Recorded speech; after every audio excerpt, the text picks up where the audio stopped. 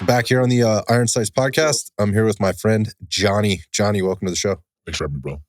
I'm stoked to have you in here, and I say that about all my guests because I feel super privileged anytime anybody's willing to or agrees to sit down and chat with me about stuff. And you're an interesting character. We got connected through, let's just say, some people in the special operations community.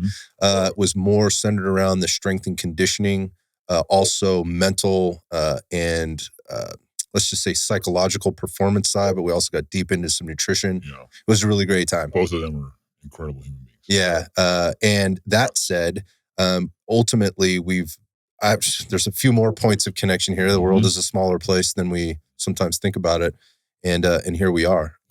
You've got an interesting story, kind of a background, man. And just to preface this, there's some things we're doing with this podcast that are different than we've done before based on your current, let's just say your current employment, things that you're doing. We're trying to keep your privacy, if you will, and security of things.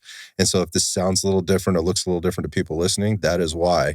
But I think this could be fun. So I'm good to get the word out. There's some things that I think you have some real insight on. Yeah. So as we get into this, I'm just going to hit on a few things. There's some professional stuff in a couple of different realms. There's a lot of personal stuff that kind of goes into this.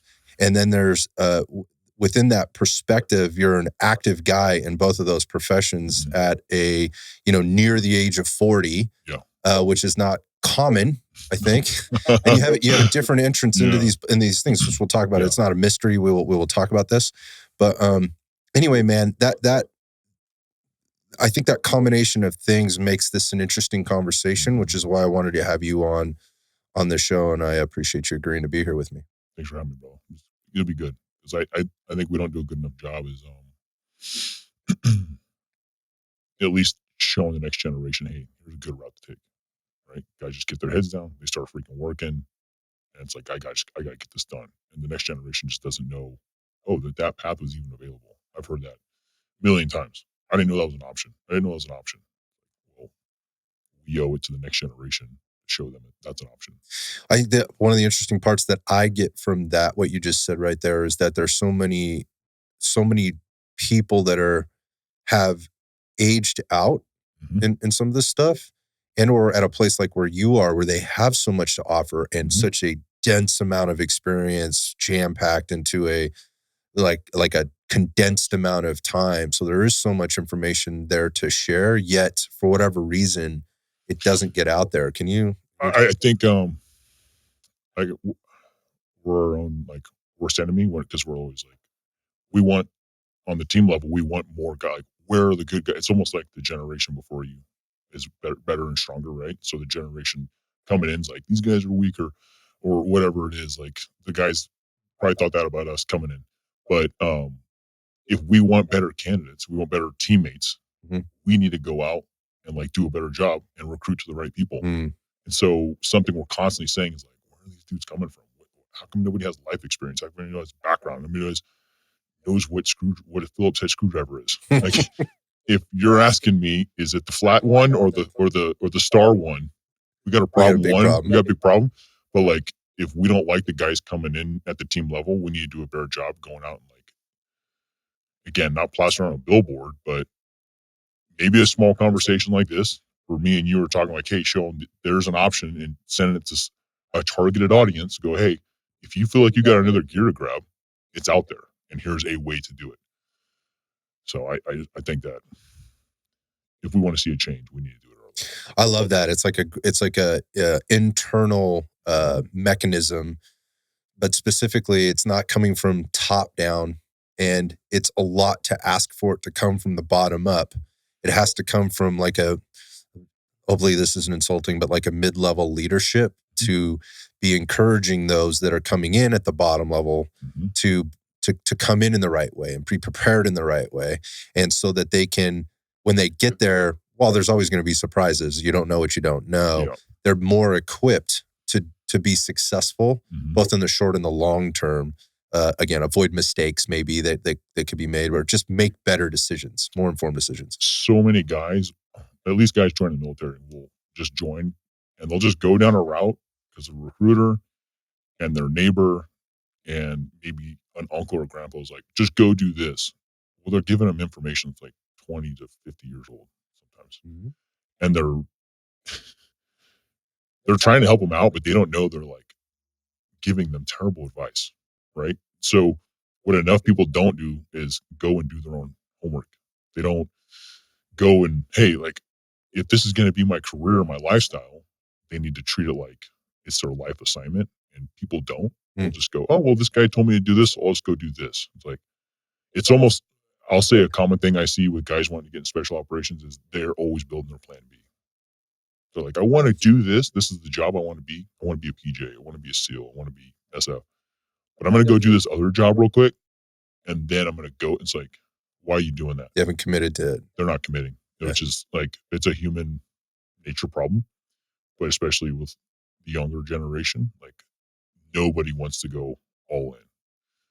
Whether it doesn't matter. You don't got to go in the military if you want to be in law enforcement, if you want to be a fireman, whatever you want to do. If you're not all in, like you're not going to be happy with the result. Right. But if you build Plan B and Plan B happens, you're like, see, I succeeded, and it's like you're a coward. So there's a lot there. Yeah, there's a lot to unpack there. Sorry to catch the audience up real quick. Clearly, what we're talking about here is we're talking about a military career. There's a professional military career. There's also a civilian career here, which we'll get to. And I think it crosses over, whichever you decide. And you have a lot of experience in what you just said there with regard to making decisions and committing to certain things and learning. Like, that isn't really what I want to do, or I'm not really ready for that yet, or I want more, and doing the homework. In some cases, I think a lot of this has to do with getting lucky. Sometimes you might disagree, but I think sometimes it's like, man, I could have made the other decision really easily and I didn't, and I made this one and it worked out for me.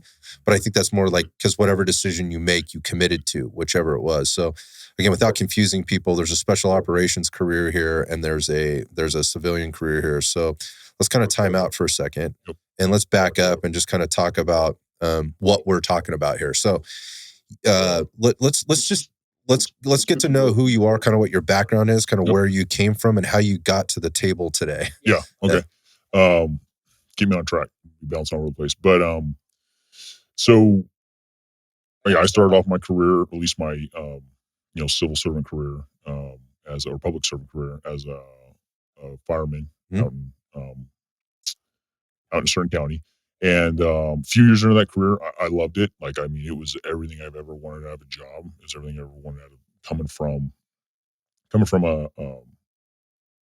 team environment to another like team environment at a work level. It was great. A few years into it, I was having a blast, but I was like, there's another gear to grab, right? And like we talked about earlier, I saw a couple of things where the war was happening, and honestly, like a couple of documentaries just jumped out in my face.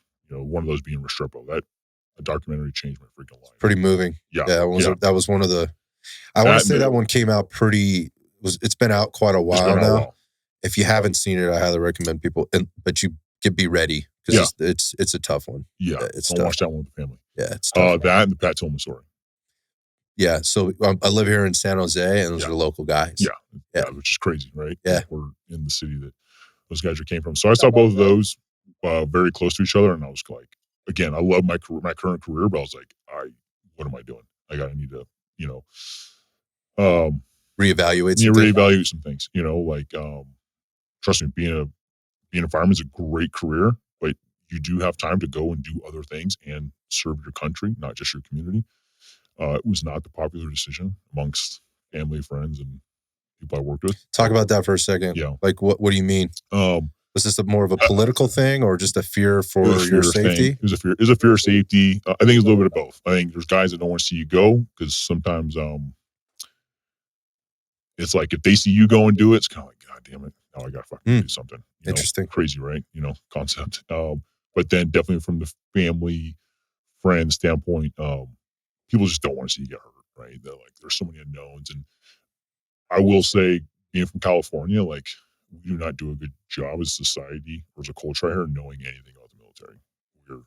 I'd agree with you. Out to lunch on that. And the rest of the country is completely in lockstep with what their military is doing, especially the East Coast. Yeah, a lot of those places, a lot of those cities, towns, they're they're dependent on military installations for small business, for jobs, everything. Yeah. Yep.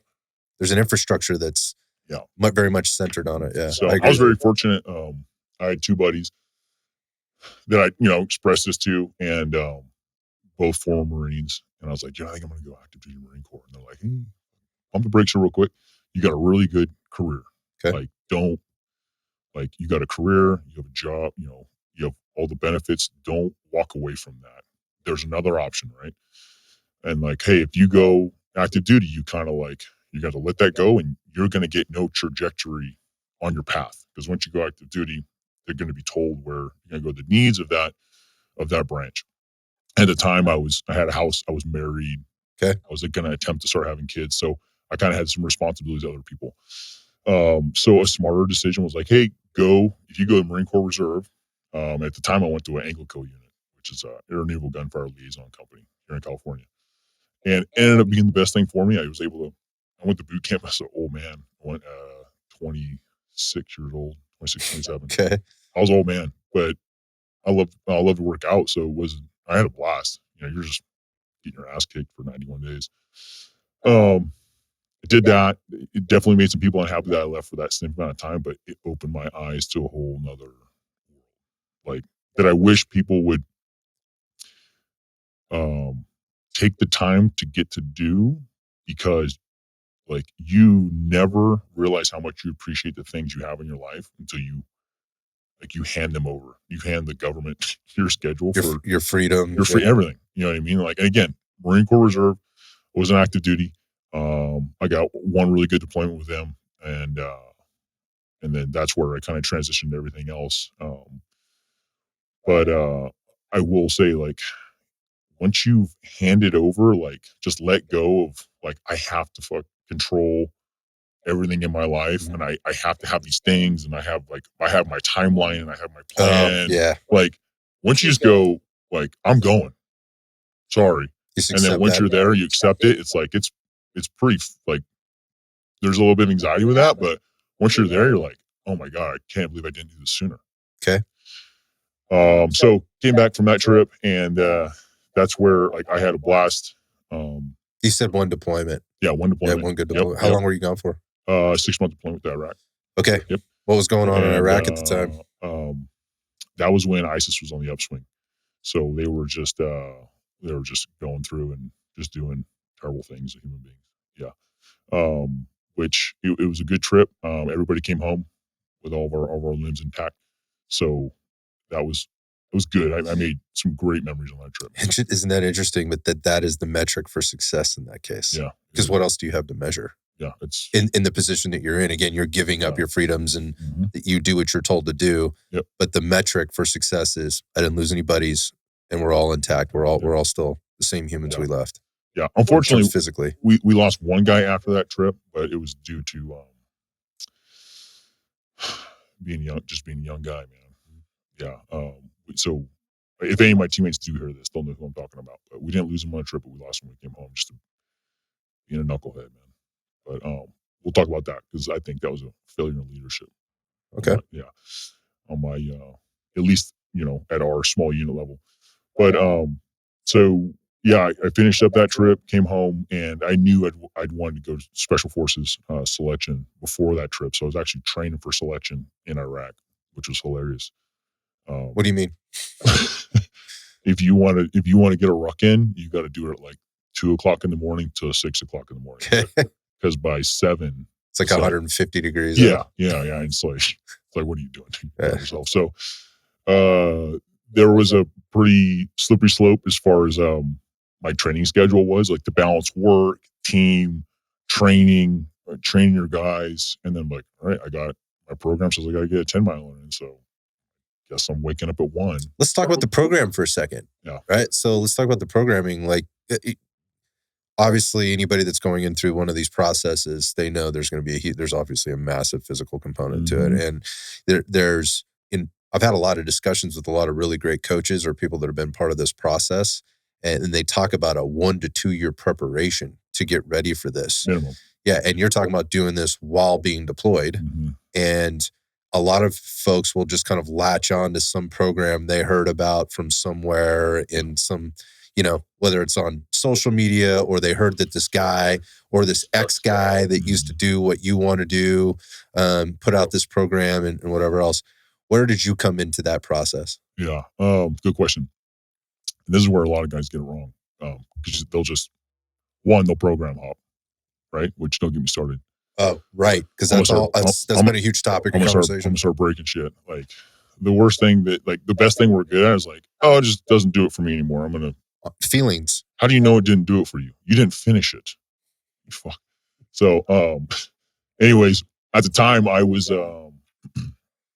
paying for programming. I think I was so diligent in that it was twofold. I had more on the line than the average. Like, I had somebody I had to I couldn't do this twice. You know what I mean? Like, go to selection and fail and come back. Go to selection, be broken. Like, I have an employer that wants me to come back to work. I had a mortgage, a wife. I had big life responsibilities where I couldn't just go, oh, well, I'll just do this program and hopefully it works. And I didn't want to go and survive. I wanted to thrive. Interesting. So that, and I think my whole life, I just had an unhealthy obsession with the details. Okay.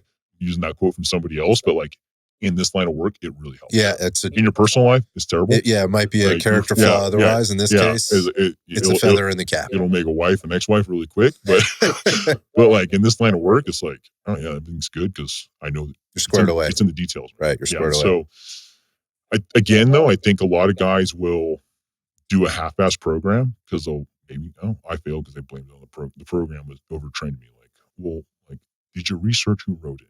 How many guys have they gone through selection? What selection have they been through that selection? Dude, people don't want to do the work anymore. This goes back to where we started with this. Yeah.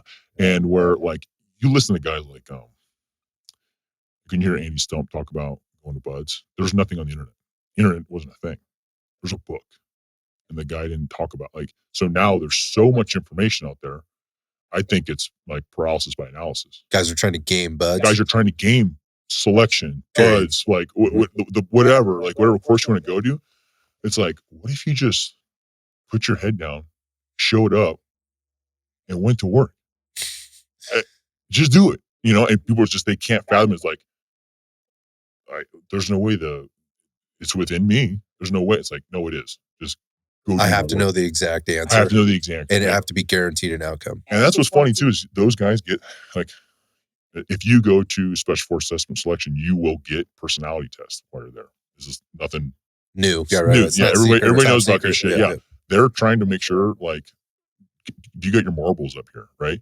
And there are people who do not do good in society if they don't know the end state. Mm-hmm. They want to know, if I do this job, I'm making this money. If I do this thing, this is when it ends.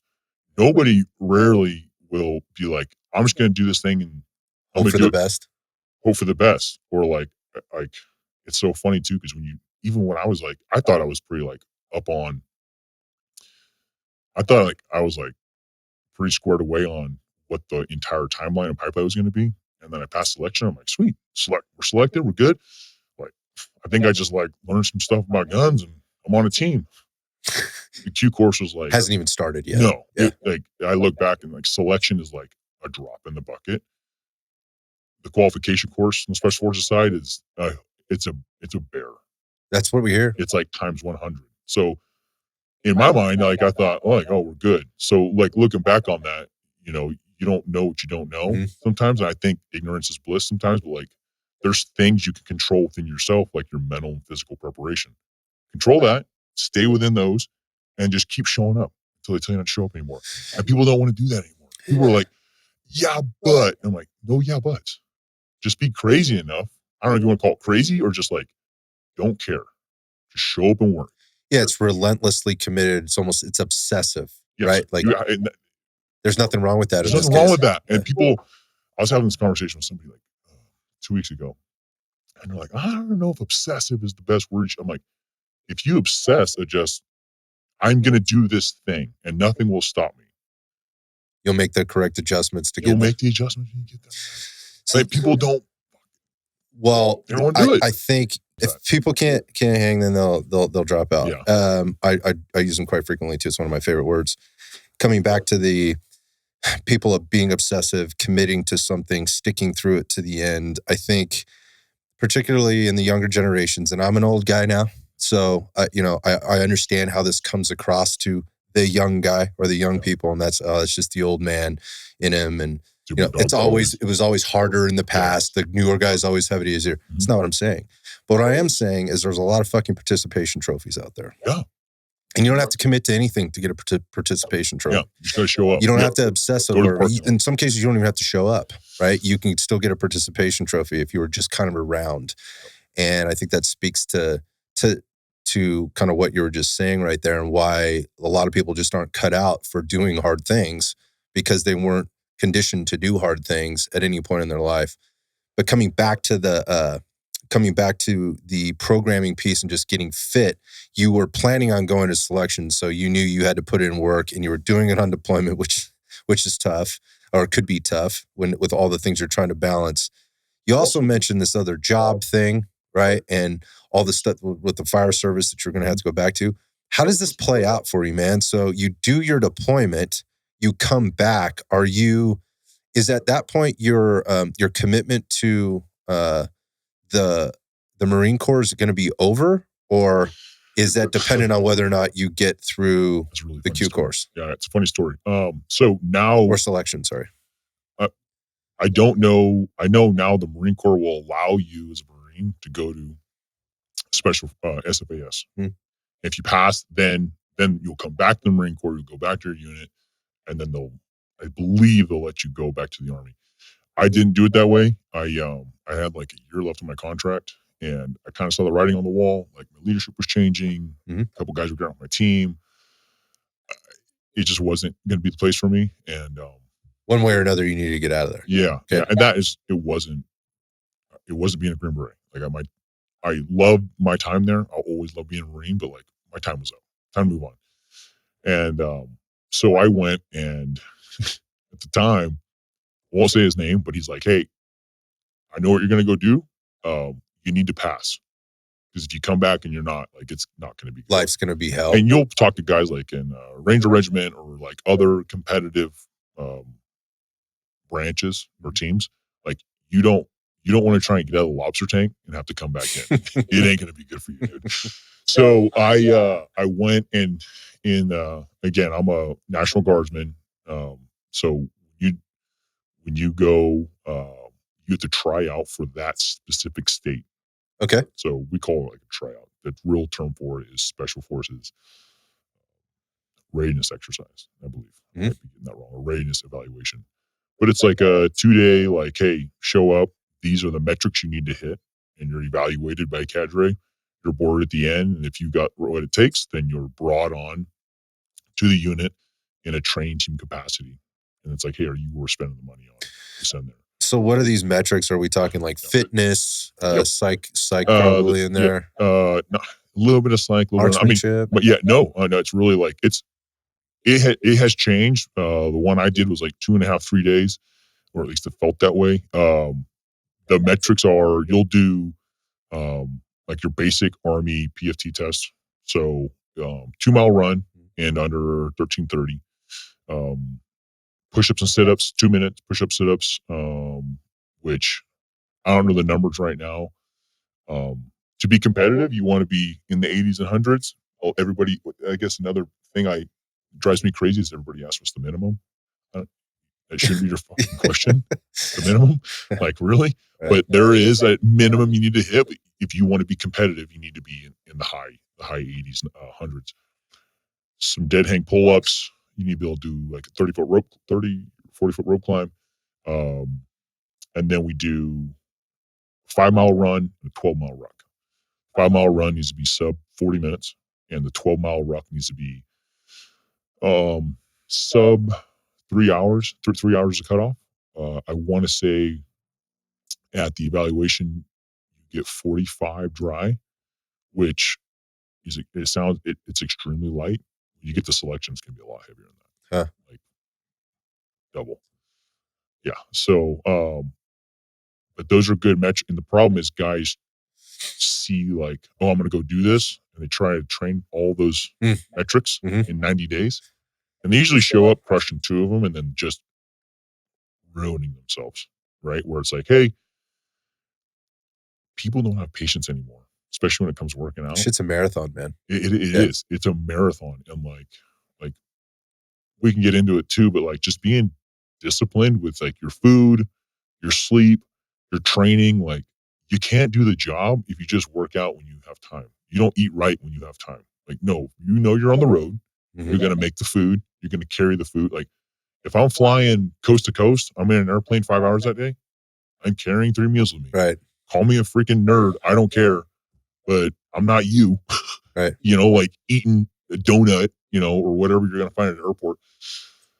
Anyways, I'm getting distracted. No, you're not. I mean, you're talking about the realities of like what it takes in order to get to even begin to get to where you are. yeah, and you can do those things and survive it, or would you do it and thrive? That was a key term that you used earlier. Like and be able to do your job once you get there. Like what people don't realize is like you're going to do all these things, and then they're going to evaluate. Okay, cool. What was your time? What are you able to do now that the event is done? Mhm. And if you are just thrashed, chicken wire canoe, you know, like what are we doing here? And then you get boarded. So you like guys interview you, ask you some live questions, some professional questions, you know, stuff like that. But so you could have made it through all this physical stuff and still not, you know, yeah, if you're just not good teammate. Like guys ask you, like it's funny. You sit a young man down these days and be like, hey, don't give me your best like 3 characteristics. What are your worst ones and why? And just and I've very early in my career, I got that question. I was like, oh dang. And in my head, the panel's looking at me and I'm like, well, I can't tell them the truth what I'm really bad at because then they're gonna know like I'm a procrastinator. You know, so you're like, oh, I'm bad at public speaking. And they're like, wrong. Right. Something else. And so you're like, as a young man, like I'll say guys like, or maybe just the, you know, any man in general has a hard time going like, this is what I fucking really suck at. And here's why. Because they're afraid, well, you guys aren't going to want me as a teammate. But if you were to like sit there and just fall on the freaking sword and be like, this is what I suck at. Okay, what are you going to fix it? Oh, I'm doing this. Sweet. That's what you want out of a teammate. Like raw honesty, feedback. Interesting. Like critical. I'll tell you what I love what we do at the team level is you always do like some type of hot wash or AAR after everything. Mm-hmm. It doesn't have to be some huge mission. It could be like, hey, we flew from this country to this country. What went right, what went wrong? You know what I mean? There's things you could think about that you can always do better that will and eventually make you a better teammate, like a better planner, a better, you know, like a rehearsal. Again, I got off freaking topic, but no. You. I don't think it's off topic at all, man. I think this is all very relevant to the bigger topic of being able to balance all of this and get somebody from, you know, point A to point Z. And you open this up with, there is a way to do this. And then a lot of what you're saying is not talked about. Yep. It's pass the PT, right? Then do this. It's like these rungs in the ladder, and it very much looks black and white, but there's a lot of nuance to this that what I hear you saying in terms of decision-making processes, how you handle yourself when you get to certain points, how you don't do things, maybe is a better way to look at it. Like, don't lie. Don't be dishonest. You got to be, the first thing you got to do is be honest with yourself, right? With regard to like these questions that you're getting so that you can be honest with somebody else and not be afraid of the truth. Because if you're afraid of the truth, well, then you're already behind, and the chances of you being a good teammate or even passing this thing are probably. I think where guys get it wrong, whether they want to go whatever branch in special operations, they don't truly commit to the plan and give themselves like a timeline and like look at a 12-month, like lay out 12 months and then build out, hey, in 3 months, I'm going to be able to do this. Right. In 6 months, and like a little bit of like accountability. You know what I mean? Sure. And then maybe share that with somebody. Like, hey, I need to be able to do, you know, a 13-minute mile with 60 pounds in 6 months. Good luck finding a training partner, because most people, once you throw a rucksack on, I'm out. They're like, this is done. Yeah. No, this ain't fucking buys and tries. I'm done. So there's guys that'll fall out because they can't get a training partner. Like, you got to be willing to do it. Again, I love my ex-wife, but like if we ever did go on a vacation, like training's part of the deal. Training's part of the vacation. Right. I remember we went to her parents' house in Colorado, and I was like, "It's snowing out." She's like, "We're gonna do Christmas pictures." I'm like, "Okay." Like, I'll be back in 3 hours. I got an 8 miler. I don't know what to tell you. Like, just like, fuck. So, and it makes it super awkward for them because they got to explain to their family Yeah. what your dumbass is doing. But what's the reality of this? If you've committed to this, like the reality of it is you're inconveniencing this particular family member of the wife, whatever, at this particular event. But what this translates to in terms of the reality, if you're not fit, if you're not ready, and we're beyond the selection process. I always tell guys, your teammates deserve it. Your teammates and your teammates' families deserve it. If you don't want to put the work in, don't come here. Because like, you don't want to hand like,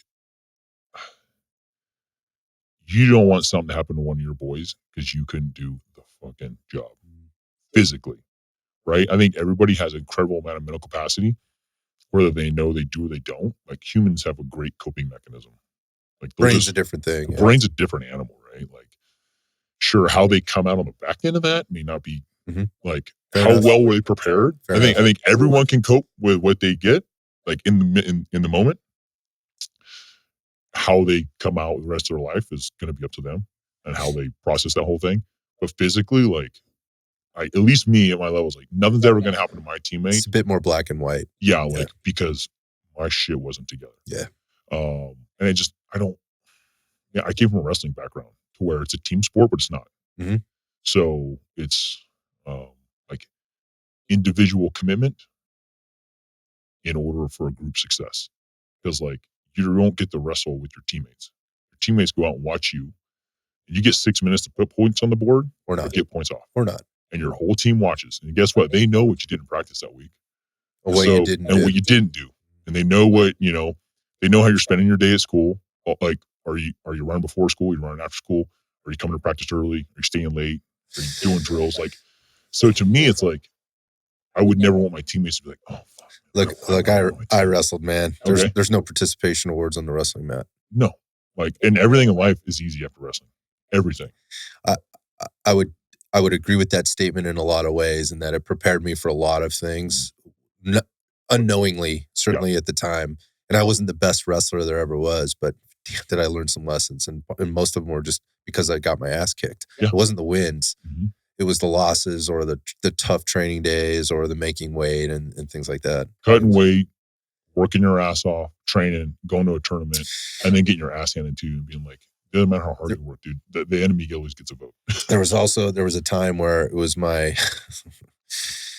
it was my junior year, and we were training, and wrestling season's in the winter. We don't get a lot. I live in California. We don't get a ton of rain, but we were training over the Christmas break.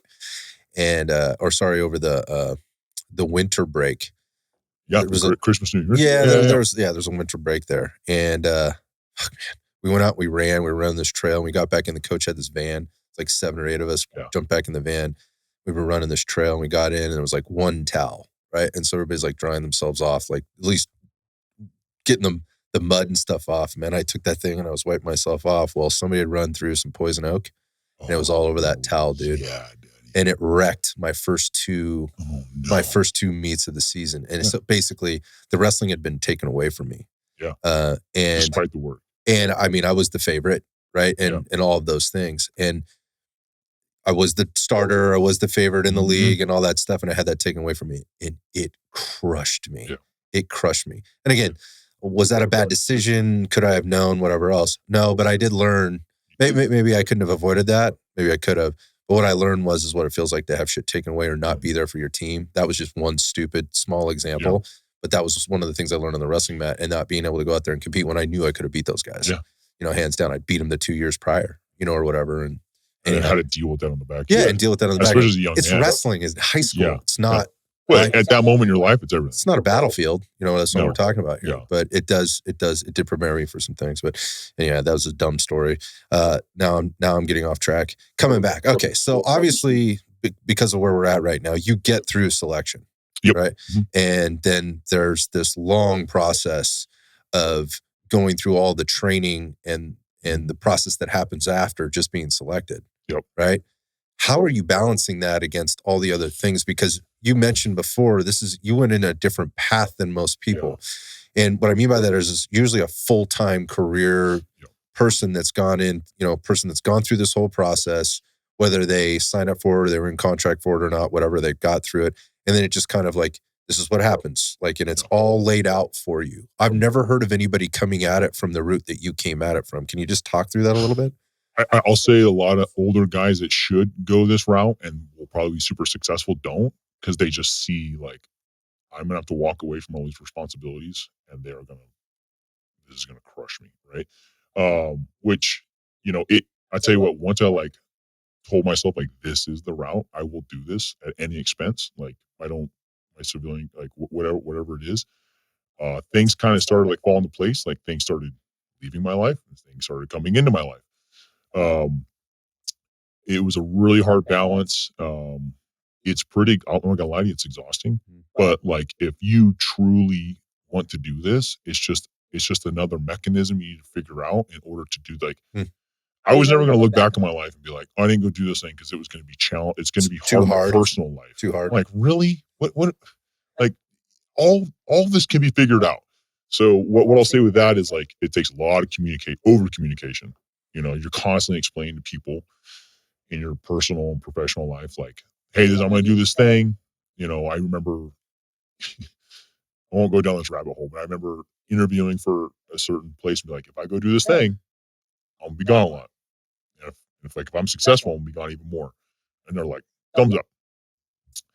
They don't realize what they're signing up for, right? Right. And so, they're yeah, they're not fully informed on what you yeah. just had a And conversation so, about. what I'll say is, for guys that if they're looking to go, especially, we'll keep this specific to just what I know, which is um, special forces within the National Guard. You have a whole life to balance. If you were to go active duty, like active duty is your life, It's right? active duty. It's active duty, right?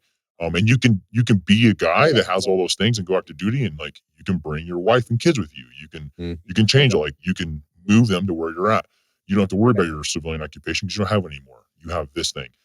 But I will say there are pros and cons, like we talked about earlier, to being active versus guard.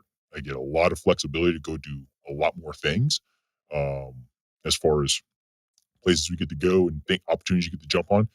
And you can kind of bring more to a team with the life experience you have from your civilian occupation that will make you a better teammate. But you need to know, like, you are doing this thing. Um, I hear guys say all the time, like, family first. I'm like, that's bullshit. Mm. You know it is. Just own it. And as soon as I realized, You I mean was one of those inside guys. the teams? Yeah, Yeah. yeah, yeah. I think And even telling your family that, like, because at the time when I started this route, I was married. Today, I'm not. You know what I mean? Like, I love her to death. She's a great human being. But she saw like how passionate I was about going this route, and like this is in my being. I will do this thing. She's like, this isn't going to work, but I don't want to see you not do this thing. But that was super hard conversations to have, like big kid conversations. Like, I'm getting ready to leave. Are we doing this together or are we not? Like, what's going on? Some marriages, I don't think, have the strength to have that like raw, like, hey, we're putting this option on the table. We're talking about not being together the rest of our lives. this is the reality. Yeah. I don't think there's couples out there that could talk about that and then be able to like go to dinner later that night. What's awesome about her is she's able to like, this is gonna talk about, but like let's talk about All the stuff. all options right now. You know what I mean? And so what I'll tell guys is you can tell people family first, but like your actions don't prove it. You know what I mean? It almost can't be that It way. can't. That's my point. Is like it can't be that way because like your civilian occupation, where you're like, and I kind of gear this towards like police and firemen because like those guys are in a career where they love service, they love teammates, they love like a portion of the job. There's another gear to grab, man. Like so, like maybe go that route and look into that, um, and you'll love it. But you need to know going into it, you need to be obsessed. It needs to be the only thing you want to do and be successful at because it's a grind, and there's going to be days where you're going to be like, what am I doing right now? I cannot believe this. But you're just going to grind. You're going to get to the finish line. But you need to tell people around you, like, hey, I love having you in my life, but like, guess what? Like, You're not going to be first a lot of the time. knowing my job is way more important than texting you every hour. Like, and I think the sooner you have that blunt conversation of like, hey, any free time I get, you're my first priority. but There'll be very little of that. it'll be little of that. Or like the thing I would do is like, hey, here's my next, what I know, this is what my next 12 months looks like rough draft. Let's plan stuff in between. Let's give ourselves a day left and right to, Mhm. to shake that out. And like, what I'll say, if you want to like have a really good, personal life with somebody else, like, be in a relationship, have a civilian job, and be like in the National Guard, like Special Forces National Guard, you don't get a lot of like mindless scrolling time. You are like, dude, I got a whiteboard in my freaking house, that the 4 foot by 3 foot whiteboard. I'm that guy that's like writing shit on a whiteboard, planning out my day, my week, my month, my year, 3 months, 6 months, 9 months. If I don't, I'm not going to be a good teammate. Right. I'm going to drop the ball on something. I'm not going to show up on something. I'm going to miss something. I'm going to miss like, so you're constantly planning out. That's what I don't think I'm tremendously successful, but like, I mean, that's the way I make it to where I don't try to like be that guy like, oh, we're not calling him anymore because he doesn't get it done. Or he's overcommitted to something, He's not overcommitted. knowing what he's committed like, to or as taking into human account. beings, we have so much more potential, but people just want the easy button all the time. You just fucking apply yourself and like commit to like, I said I'm going to do something, I'm going to do it. I'm going to be there or whatever it is. But then on the back end of that, it takes some work.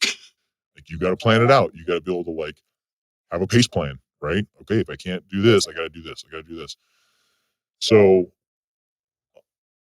it can be done. There's guys that are, I mean, right now, my life consists of me and my dog, right? There's guys I know that are teammates of mine that have 5 kids and run 2 businesses, and they're incredible Green Berets. And I'm like, this guy does it. Let's talk about this for a second because you talked about something before about the life experience that you can get. Mm-hmm. That's different going at it from the guard route and the things, and you talked a little bit about what the things that you were doing before. Obviously, you're a fireman. There's a lot of skills that go into becoming a fireman, right? And the things that you can take with you. Obviously, the life experience too. I mean, and where you are in years in life, that counts, right? Because you have that under your belt. But can you talk about sort of that dynamic and the things that you see that like these guard units have that maybe some of the other units, full-time units don't have, and how that plays? What are the pros and cons there? Yeah. And again, this isn't hurt anybody's butt cheeks, but like guys will graduate the course and then they're not just going to lay back on their laurels. They're going to go learn another skill on how to be a better Green Beret, right? And so their time when they're not doing their GB stuff, they're enhancing their ability, their lethality or survivability by mastering a whole nother trade. And so sometimes you go into a country or a state or a training, and it's like you have this problem, and you have a guy who's like, "Oh, I do that for a living." Like, So, give me an example. Man, I'll let's see here, like digital force protection. Okay, nerd stuff. Yeah, I don't like my phone. I have a VPN on it, and I turn it on and I turn it off. There are people that know how to like why it exists, when to use it, when not to use it. What does that signal say about your signal and this phone talking to that? Like, and there's people that are so talented in that, and they do that for some private company or public company. Yeah, or they work for Google, right? It's like they are the guy that does the thing that protects, a massive platform that me and you were used to. His job is to make sure like that thing's fully sanity checked, right? And so now you have a problem with digital force protection, and you're trying to like reinvent the wheel when he's just like, "Oh, this is how you solve this problem." Easy fix. Because I do this for a living, and this isn't to take anything away from anybody at the active duty level, because there are guys that are absolute stallions. I'm not asking that at all. Yeah, but this is just like I've seen in training and like on deployments, guys like, "Oh, I have that experience because this is what I do when I'm not doing this job."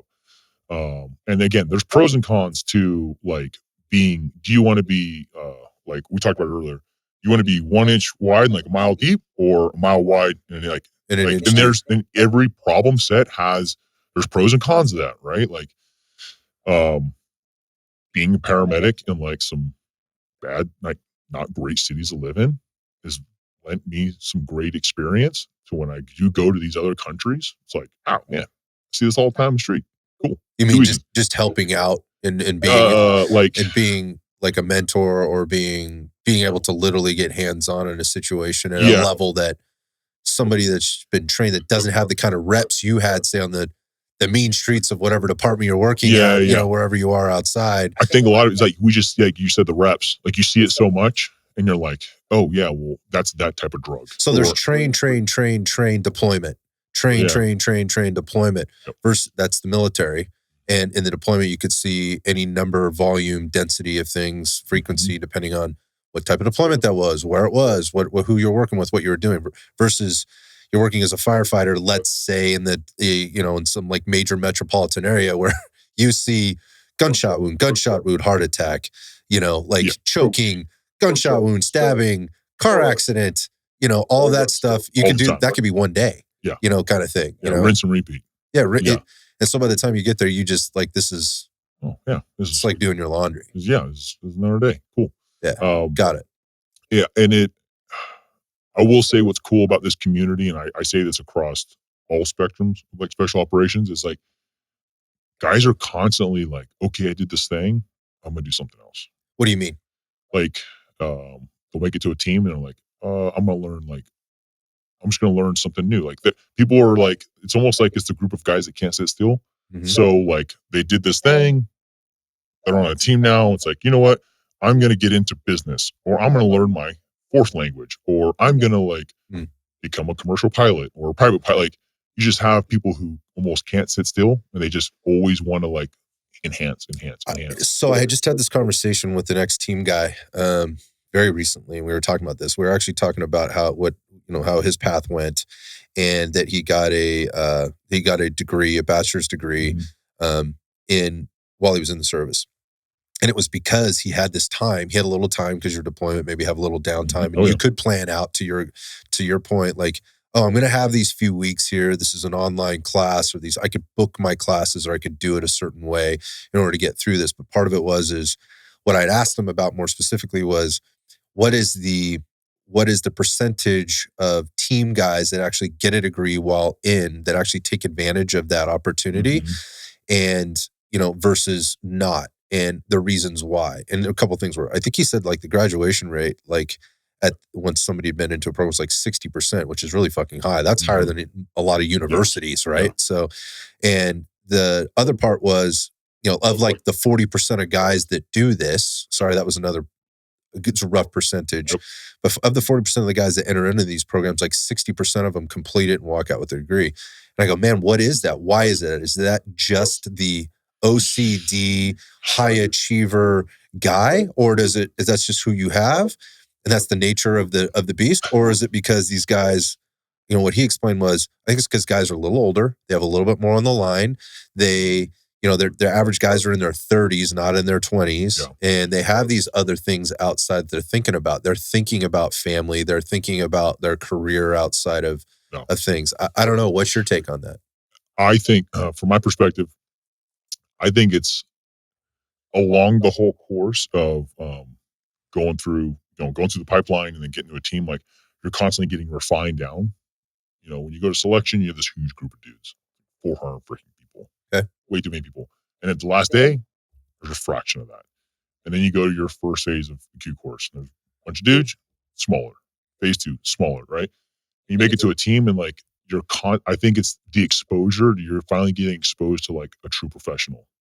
So now you make it to a team and you're like, you start talking to dudes and seeing like, hey man, like what are you doing? What are you doing your time off? What are you doing your day? Like, and you recognize and you're like, you're like, doing dude, shit compared to like, these guys. Yeah, I'm like, I am a firm believer. Like, you should not be the smartest dude. Like, surround yourself with people who like almost make you feel like, oh my God, I'm a pile of shit. Yep. Like, and I think it's the exposure to that because like, it's not like the movies. You're not out, doing cool shit every day. Cool guy stuff. Yeah, you're doing like, you're cleaning guns or doing dumb admin shit, and you're talking about, your hobbies, and you're like, oh, dude, like I have all this time.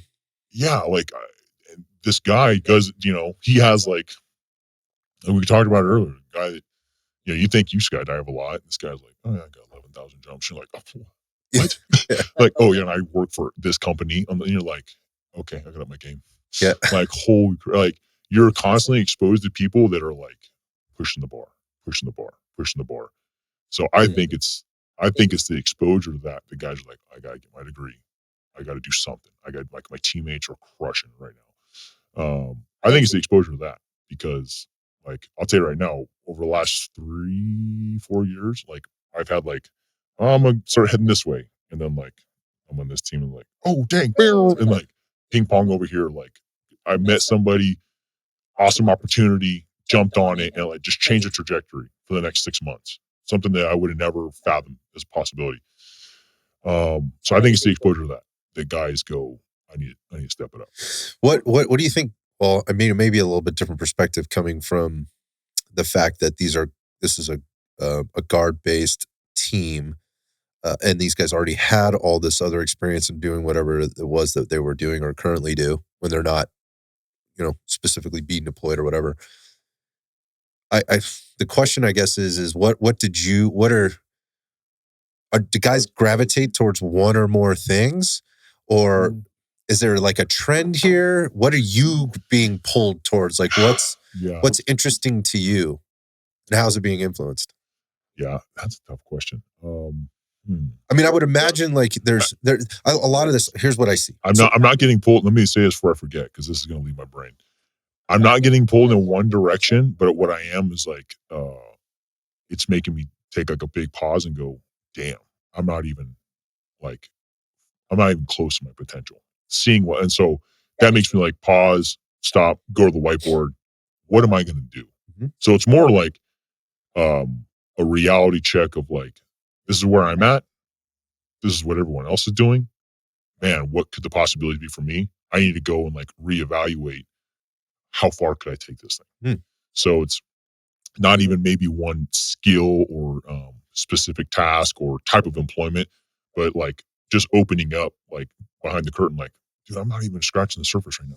It's to me that is so exciting to to hear from guys like you, because when we think about this, all the resources, all the finance, right? And then all the sacrifice, all the compromise that. So when I say like resource and finance, I mean like the government puts in, right, to some extent, and then all the compromise and sacrifice that you're making as an individual to do the things that you're doing. And again, there's a give and take. It's you've decided to do Yeah, this. Like you signed up. You signed made up a for choice. it. So Don't make it. Yeah, don't make it poor me. yeah, that's what I'm saying. I'm not saying that at all, but I'm saying there's things coming at it from both angles. And then you have guys getting out and not giving back or even being disenfranchised with the whole thing, right? Whether that's the branch of service that they were in, leadership and all that stuff, to watch them walk away from that with so much potential and not understand what their potential actually is. Yeah. Like their identity was this. This is what they did. You went back to like, they cleaned guns, they did some admin shit, they got deployed, maybe they did some cool guy shit for a little while, and then all of a sudden that's over with no thought about what might happen next or what they should be doing next. To me, is such a shame. Yeah. Such a shame, because there's so many smart, capable, people out there, and then you watch them try to transition and bad things happen, and it usually starts with having not having direction, not having a plan. That's the first time in their adult life they've had that, because they got in as a young kid, right? And everything was sort of almost done for them, or it was a very clear line. The path was there. I just needed to follow it, kind of thing. And now they're hanging out there, and families fall apart, and they drink too much, and they jump around, or they float around. Or this is the thing that I find actually the saddest, and I mean this sort of tongue in cheek, but I am serious about it at some level, is that they try to continue to do the job somehow outside of it, outside of the job, because they don't know how to now that's not to say that you can't and shouldn't do that, because I see some dudes doing a really good job with that. But there's so many that are trying and grasping at straws, and they're floating around, and I'm watching it, I'm just going, that's kind of sad. Like you don't have it, whether you don't have the business mind, you're doing it out of desperation, you're angry because this is all you have, and you're projecting that and whatever else. That's the thing for me as a civilian. When I look at it, I go, man, I can see like you were really trying hard, but I think you should walk away and try something else. Yeah. I mean, that's not really for me to say, but that's how I look at it. No. And I got two things to say on that. So I don't forget. like your identity and being a good teammate. So the whole thing of like leaving, right? Like you leave, like it's different than being a cop or a fireman because like there's you go home when you got your day off, you got your night off, like whatever, you know what I mean? But like during a deployment, like your team's like, you're eating together, you're sleeping together, you're training together, you're shooting together, you're driving together, you're flying. You're never not with your team. At least in my eyes, like I think the personalities like within what creates like a good like special operations guy is there there's characteristics that create a really good thing, but some of those things can turn on you when you don't have the job to do, right? So what I try to do is just make being a good teammate your number one priority. Because if you're like if you make like my teammates are some of my best friends, man. Like my dudes. I would do anything for them. Um, and if you have that level with them and you leave, guess who's going to check in on you? Your dudes. Oh, wow. You know what I mean? And I think a lot of guys don't spend time like investing in the person to their left and their right more than themselves, which is hard because you need to be good at your shit, right? Like you got to be squared away. But if you invest in the guys your left and your right, they're going to invest in you. And then when you leave, they're going to fill that void. Like, damn, this dude's not investing in me anymore, man. And guess who's going to probably call you when you're having like a year of like, you know, first civ div, so we call it, you know, first civilian to be like, good luck going out there figuring it out. And you're trying to refigure out like, oh, you know, like you said, negative thoughts towards everything in the past. Like more dudes are going to want to reach out and scoop you up and be like, dude, what's going on? Let's get a path going. I have some questions here because, so I hear what you're saying there about investing in the dude next to you. And what I kind of see from the outside looking in, and I'm not trying to talk out of turn, but I don't think I'm too off with this, is that there's more of a fear of letting somebody down and they spend more time worrying about that at the expense of not the personal relationship. Yes. Yeah. At the expense of the personal relationship. And sometimes it gets to a point where it's like they're self-sabotaging that relationship by doing or saying things because things manifest there versus like investing in that relationship. So there's like a fear of fucking it up. And then there is I think the opposite side of there's like a drive or a want to make sure this is working really, really well. And with the expectation that if I do that, then things are going to work themselves out fine and nothing more than that. Not because, God, I mean, I hear and see a lot of shit happening coming out of those communities. It's just so toxic. I mean, there's shit talking, there's backstabbing, there's jealousy, there's fucking around with one another's wives. There's all of this really awful shit.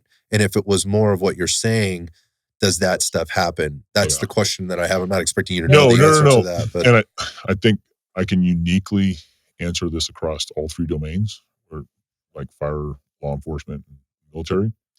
That personality exists in every organization. Everywhere. Yeah, it's fucking. I see it in law enforcement. I see the fire service. Oh, fucking. I worked in the gym business. Cops, dude, those are your dicks to each other, like, you know, and like, and then I'm like, oh no, they're fucking firemen are just like that. And then I'm like, oh, there's SF.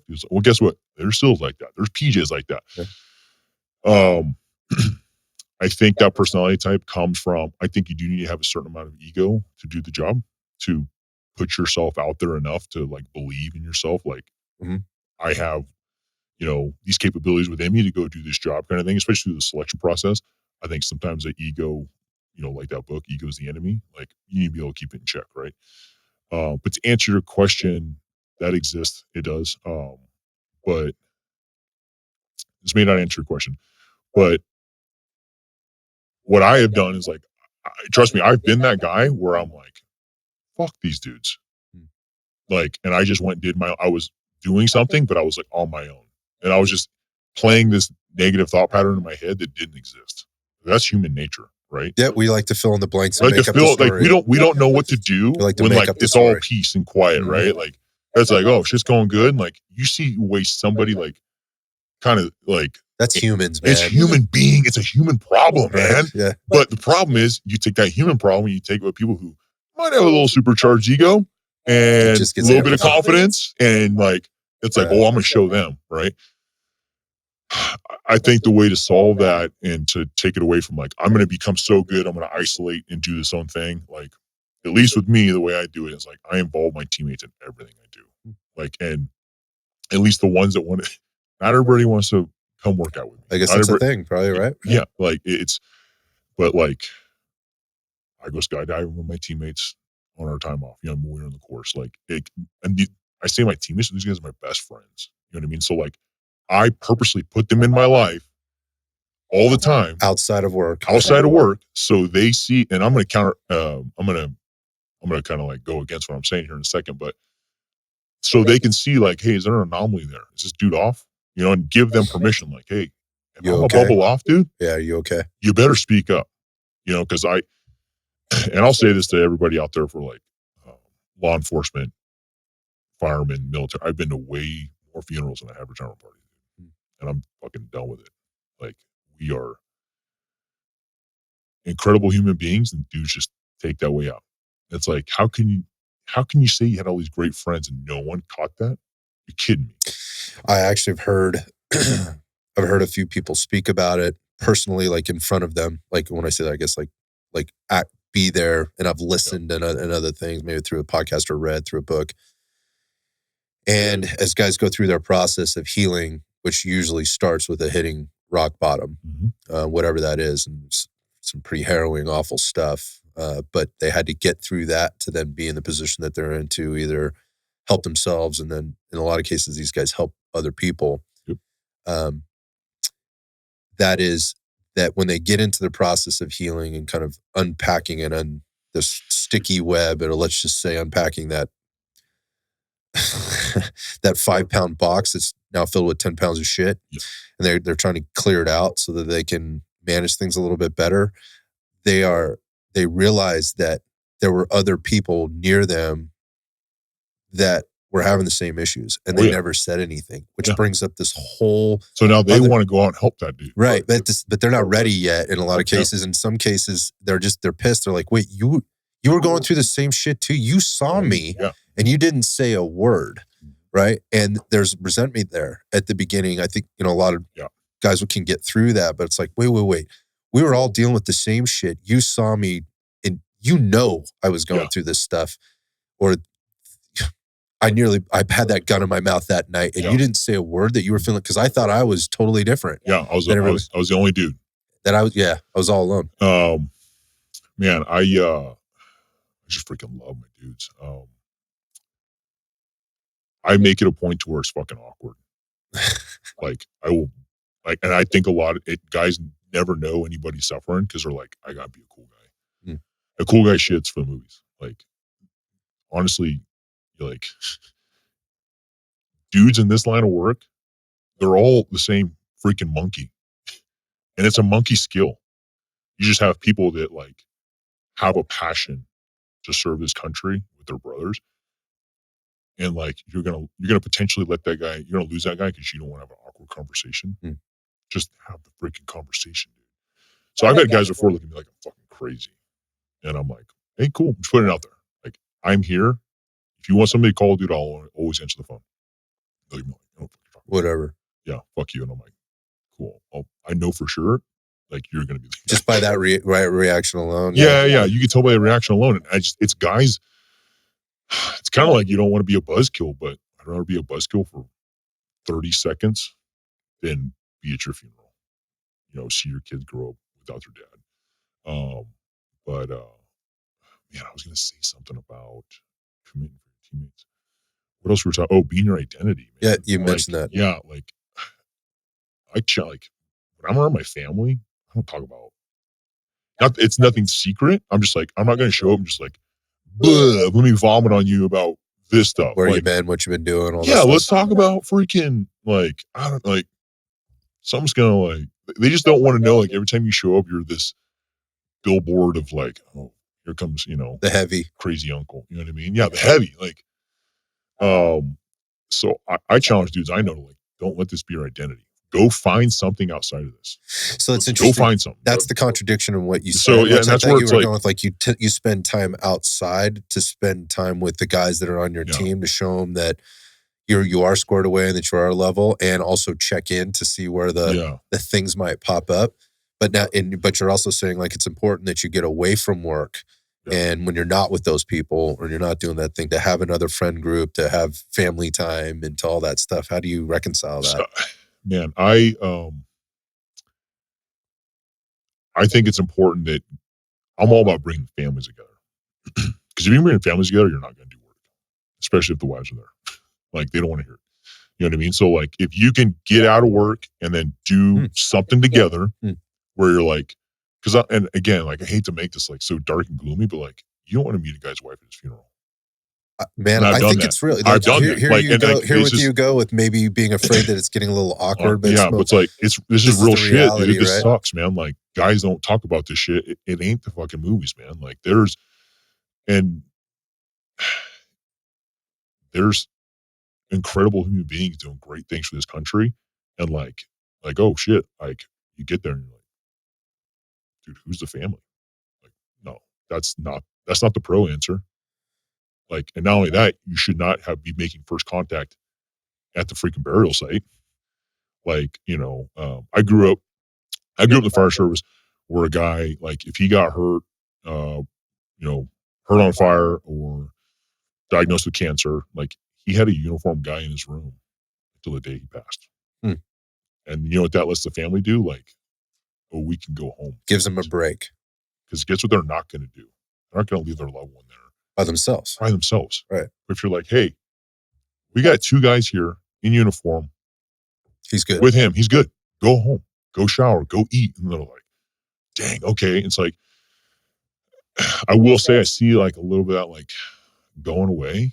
You know what I mean? But I think it's people again coming into the service and just not knowing, like, right. How do I start that thing? How do I do that thing? It's like, go make him a freaking casserole and drop it on the front porch, dude.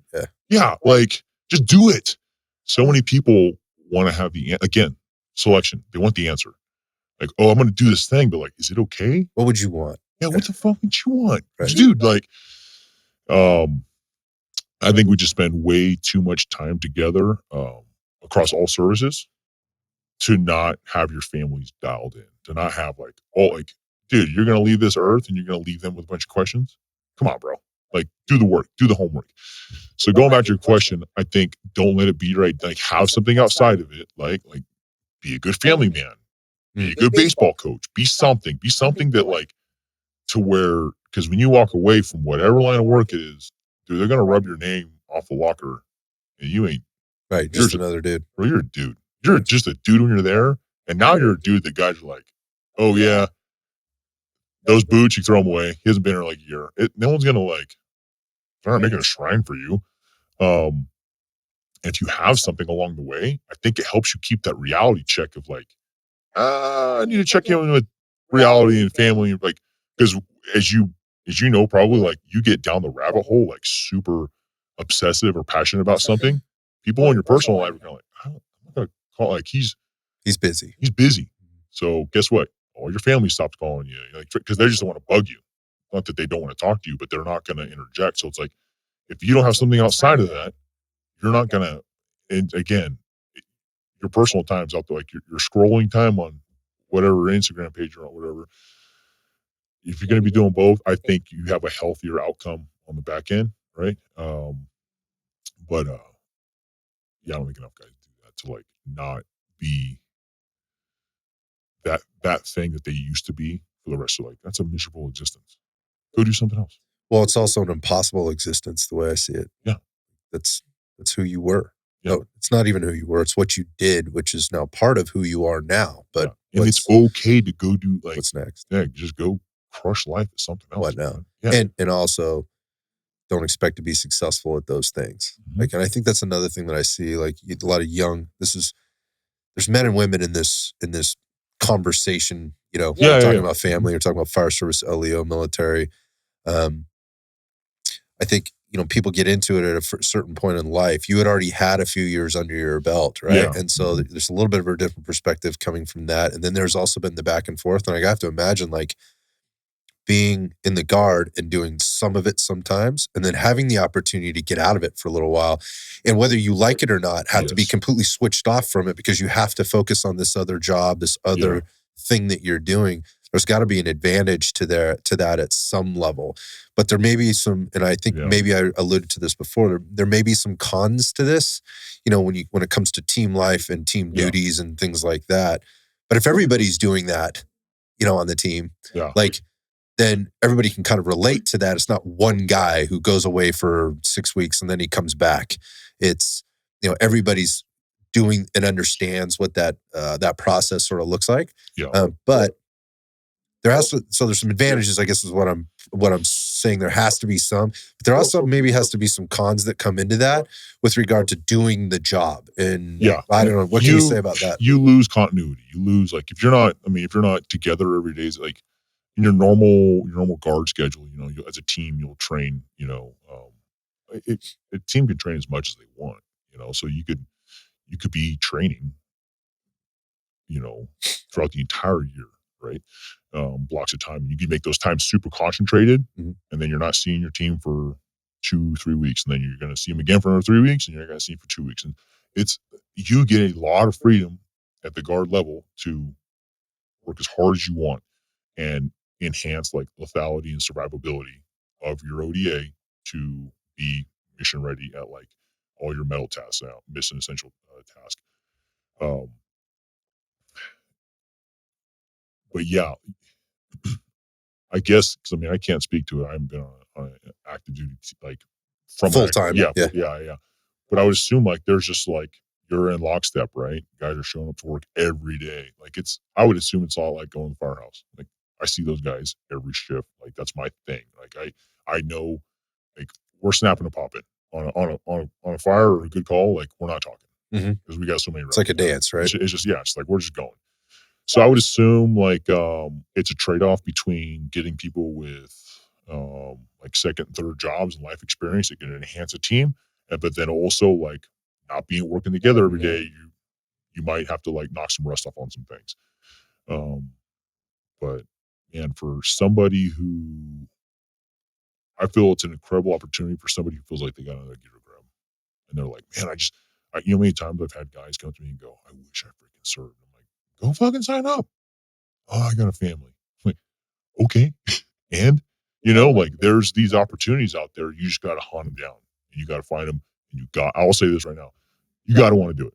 If you go into this thing, like 1 foot in the door, 1 foot out, because you like want to preserve whatever's left of, whatever life you have, you're going to have like a miserable year. And then you're going to come home and just, it's going to suck. Is it fair to say it's not about preserving? It's about making life just different, just understanding. Yeah, just change it. Like people are so afraid to like tell the person they love or tell their work or tell their coworkers. They're like, I feel that. I want to go do this thing. And they're like, why? Because I want to. Okay, well, what's it going to look like? You have to be comfortable. I don't know. Right. Where are you going to go? Not sure. I don't know. How are you going to be gone? I don't know. What happens if you get hurt? I don't know. Right. And so, and you answer that slew of questions like 1,000 times, and you're just like, all right, I'm done talking about it. My head's down. I'm working. I'm going. Like, because people that love you will talk you out of it. Because they don't want to see you get hurt. They don't want to see something happen to you. They don't want to see you fail. Well, it's not their why, man. Yeah. No, I tell people all the time, like, they're not going to be there when you're an old ass man in a rocking chair, bro. Going coulda, shoulda, woulda. I'd rather go and get my ass kicked and know, well, I showed up, I gave it the old freaking try, and it just wasn't in the cards for me. Versus sitting there when I'm an old ass man going, I should have did that, man. So, and that thought process is getting me into trouble because now it's like, once I was like, oh, dude, I could do all kinds of shit. So now I'm like, yeah, you're not an old person. I'm wishing I did this at 18. Yeah, you're not an old person. Not an old man. I'm not a young man, but I'm not an old man. I guess maybe a couple more questions, just kind of wrap it up so we can get Huey out the door. But, just to add, one of the questions would be, you're on a little bit of a break. Obviously, we're sitting here, so you're not deployed. Yep. You got a little bit of a break. What are things look like for you just in terms of the immediate future? Well, I mean, what are you going to be doing next week? Yeah. we're doing this on a Friday. What does next week look for you? Which is obviously Um, going to be way different than maybe how things looked a few weeks ago. yeah, I gotta get a roof over my head, so I'm gonna be house shopping. I Oh, gotta you're a find a place. vagabond right Yeah, now. I'm Huh? a vagabond, man. I gotta get a roof over my head and picking right back up. I'll go train my team after that. Train with them for about a week. It'll be good because I actually deployed with a different team, so I was borrowed Oh, or okay. poured out, for lack of better terms. Wherever So the I'll need actually, was. I'll Yeah. actually link back up with my original team next week. Sync back up with them, get back in lockstep, and we'll plan our year out. And then yeah, go back to work and be going to courses and just Continue to train. continue to train. Like you're always keeping your currencies up. You're always keeping like every guy on the team's got a primary job, secondary, and tertiary, and you got to keep your currencies up on all that stuff. So, excuse me.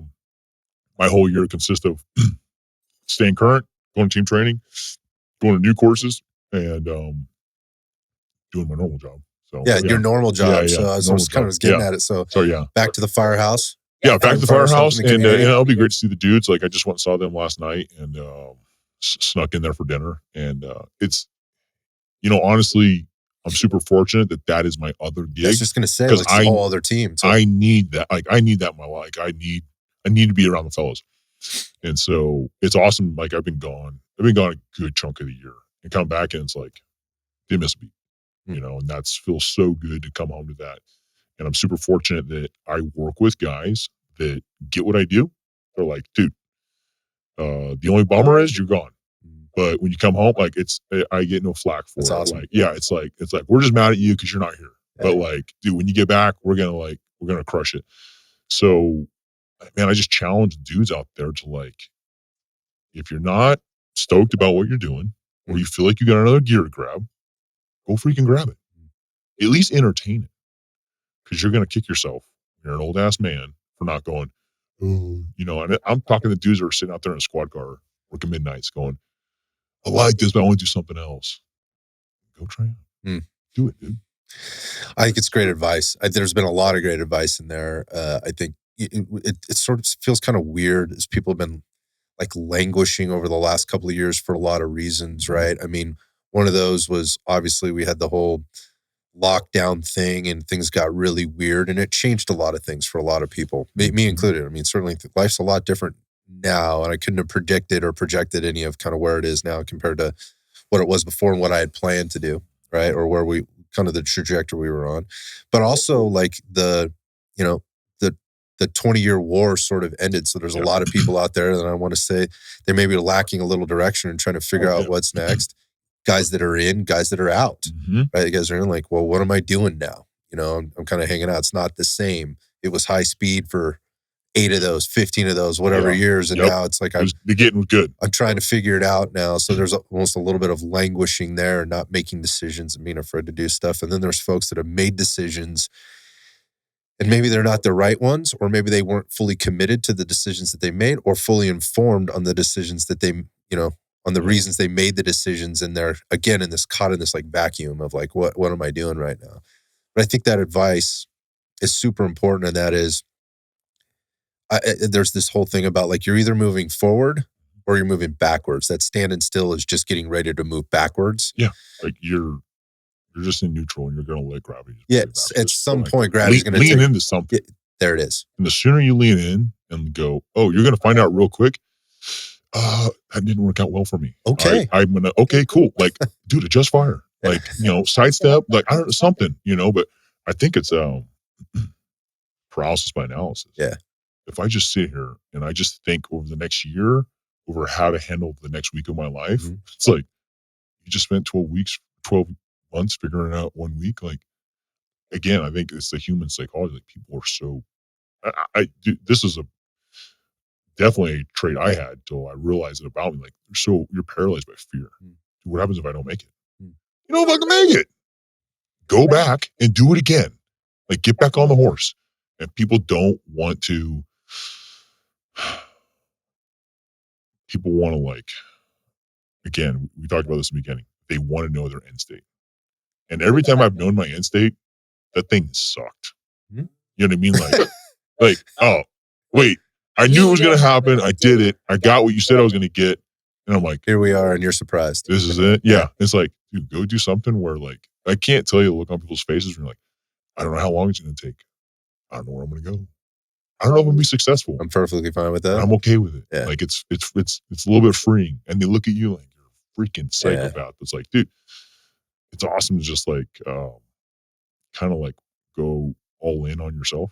You'd be like, if I'm going to do this, it's up to me. Yep. People don't put themselves in that predicament because they want to stay in this little safe bubble in their cul-de-sac with the neat lawn and the neat fence and the neat, like, as long as I stay inside this square, nothing bad will happen. Nothing changes. Nothing bad will happen. My reputation will be perfect, and like my credit score, like, dude, go be broke. Go be like character builders. Figuring it out. Yeah, like stress. Like, dude, man. I mean, my incredible parents. My mom was always worried, like, that something would happen to me, and my dad was always like, "You're gonna figure it out." Like similar background. Yeah, like my dad was just like, it's gonna be self-correcting. You know what I mean? Like, I don't think people get raised that way. Or there's a lot of helicopter parenting. Yeah, there has been for a long time for I think a lot of reasons. I try not to make comparisons to like back in my day because that just gets met with. Dude, I got a funny story about that. You gotta hear this.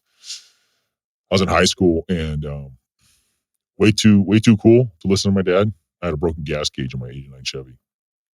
He's like, "You're gonna want to get that fixed." I'm like, yeah, I'll get it fixed. And like, no matter how much gas I had, it said I always had 3/4 of a tank. But you know, young guy, I'm like, I'm sharp. I always remember when I fill up and how much to drive. I can calculate them good. And so for probably a full year, he's like, "You want to get that gas gauge fixed?" And on the weekends when we were wrestling, he's like, "Hey, you want to go to Napa? I'll help you swap it out." I'm like, "Nah, I'm good." He's like, okay. This goes on for like a year. This is back when I was a really bad procrastinator. And I'm driving from one city to the next. I run out of gas in the middle of fucking nowhere. But like the only movie theater was in the next town. I was going near the movie theater, but I wasn't going to the movie theater. Guess who passes me on the highway? Old Pops. And just rips on by. And I call him like, "Hey." I go, "That's me." He's like, "Yeah? What's up?" I'm like, "I'm out of gas. Come help me." He's like, duh. He's like, "No, I'm on my way to the movies." I'm like, "Well, I'm out of gas. Like, I need your help." He's like, "So you want me to not go to the movie because you didn't get gas and fix a gas gauge?" For the last year? Pretty much the whole concept of like an emergency on your part does not constitute on one of mine. Right. Like, he's like, "I'm sure you got plenty of friends. You'll figure it out." He's like, "You're too busy hanging out with them to fix it? Call them, see if they'll help you." I was seeing red. It probably took me like a week to realize like, oh man's got a point. One of the best lessons you probably That is the best lesson. That guy, I love my dad to death. But that was a hard lesson, man. I was so mad. I couldn't believe it. My own dad just passed me up on the highway. Yeah, I mean, it just speaks to what you're just you saying. Need that. Like, just go out and do it. Just go out and fucking do it, man. No, like, it sucks, but go do it. Go fucking do it. Yeah. So, anyways. Well, man, it's a good place to kind of wrap it up. I think I started the show by there's like this interesting confluence of events that sort of put us together. You had such an interesting background, and I was hoping you could bring some perspective for what it may be like coming from the direction that you did, and providing that insight for somebody who may be caught in that place. Like, what do I do now? What do I do next? And how might I approach my life? Because I think oftentimes the line of work that you're in, which is interesting because you're doing, working in special forces as well as being in the fire service. Those are two very, very specific things that I think people dream about when they're young, and you're doing both of them, at the same time. But they both take similar things to get there. Mm-hmm. To do those both and be able to do them at the level that you're doing and get there in the way that you get. I've never heard of that story before. I do know, I do have a friend who sort of took a similar path, but is now full-time, fire service, whatever, that's what he does. But at the same time, your insights to how to kind of manage the process and the willingness to pass them down. The guys that connected us are those guys that are trying to do that because they operated at the highest level in their things. Yeah. And they're just going, look, man, if I knew what I know now, things would have been different for me. And I just want to give back. Yeah. I just want to help people be to be able to do the same thing I did and not resent it and not regret anything and not damage themselves in the process, whether that be mentally, physically, emotionally, any of that stuff. There's so many things that go into that. You touched on a lot of points today. So I really appreciate your time and your, willingness to open up about it. In and still be able to sort of be vague a little bit about where you currently are and what you're currently doing and all that stuff. Because I know that's tough, but I think it's important because a lot of people on the outside, that have been through all this, can talk about it 10 years after the fact, and the guy that's news of that, well, that's how it was. It's different now. Well, maybe it is. Maybe it isn't. Is how it is now. Yeah. I appreciate you having me on and the platform to, like, if we're gonna bitch about wanting better guys on the team, we need to go out and find them. And again, like everything you just touched on, that like wasn't. I didn't think that up overnight. You know what I mean? But like, it's guys like the guy that introduced us. You see guys like that, and I'm like, oh, it can be done. Yep. And it's guys like that intrinsically light a fire on somebody who has like this little flame going, and they just light an inferno, man. Like there's multiple guys in the community that like I've seen either out of course, or I've seen them talk, or an interview, or podcasts like this, and it's like that person intrinsically motivated someone like myself to go, dude, it can't be done. I'll tell you a quote that always sticks with me is like I am no one special. Trust me, I am not a smart human being. I take a lot of reps to learn the most basic things, right? But like, if you are a common man with an uncommon desire to succeed, you will make it. I think everybody thinks they're trying to become this thing before they go. That's what the course creates. Physically and mentally, you need to be a stallion, right? But like, don't try and be the end person before you show up day one. The course makes you into that. But, you need to be able to hit all your physical metrics. You need to be a good teammate. You need to be a good human being. But everyone's like, I can't go. You need time to train, right? But don't try and become John Rambo, dude, like, before you go. It's like, I need to get fit before I go to get fit. Yeah. It's like, man, like you don't want to show up not a stud, because then you're going to go home, early. But like, lay it out, create a path, find people who have been there, ask them questions, like pretend like it's your life's assignment. Like, the grade matters, right? You'd be surprised the answers you get. You start applying those things, plugging them in, make a freaking plan, you go, and you're good. But the community is usually like, hey, you don't share stuff, you don't do stuff, but I think it's important that guys need to know, whatever the age you are, like, National Guards are out, right? Like, I think probably the best way to get a hold of our unit is like on Instagram.